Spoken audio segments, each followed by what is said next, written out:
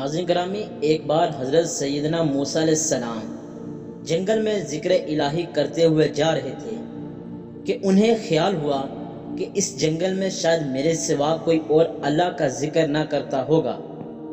اللہ عز و جل نے وحش و طیور درندوں اور پرندوں کو حکم دیا کہ ہمارے ذکر کی آواز کو بلند کر دو، تو اس قدر ذکر الہی عز و جل کا شور ہوا کہ حضرت موسیٰ علیہ السلام سجدے میں گر گئے اور عرض کیا، اے اللہ عز و جل، کیا زمین کے نیچے بھی تیرا ذکر ہوتا ہے؟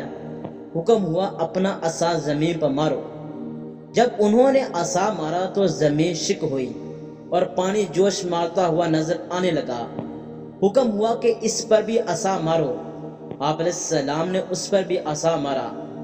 ایک سیاہ پتھر نمودار ہوا۔ حکم ہوا اس پر بھی عصا مارو۔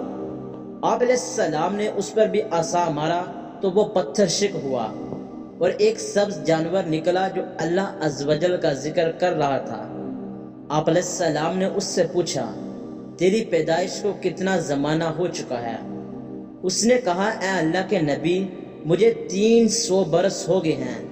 آپ علیہ السلام نے پھر پوچھا، تیرا کام کیا ہے؟ اس نے کہا، اللہ عز و جل کے ذکر سے بہتر کون سا کام ہے؟ اے موسیٰ علیہ السلام، مجھے دن میں 2 بار پانی دیا جاتا ہے، مگر میں اس خوف سے نہیں پیتا ہوں کہ کہیں ایسا نہ ہو کہ میں پانی میں منہ ڈالوں اور موت کا فرشتہ آ جائے۔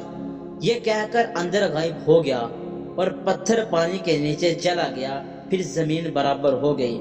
اور ایک ہم انسان ہیں جسے اللہ نے اشرف المخلوقات کا درجہ دیا، جسے فرشتوں سے سجدہ بھی کروایا گیا، اور ہمیں دنیا میں رہ کر اتنی بے شمار نعمتوں سے نوازا گیا، اور ہم ان بے شمار آسائشوں کے باوجود بھی اپنے رب کریم کے بڑے ناشکر ہیں۔ اور اللہ نے قرآن پاک میں بھی فرمایا ہے کہ انسان اپنے رب کا بڑا ناشکر ہے، اور بعض اوقات انسان دنیا کی رنگینیوں میں کھو کر اپنے رب عظیم کو بھی بھول جاتا ہے۔ اللہ پاک سے دعا ہے کہ اللہ پاک ہمیں ہدایت عطا فرمائے اور ہمیں ذکر الہی دل سے کرنے کی توفیق عطا فرمائے۔ آمین ثم آمین۔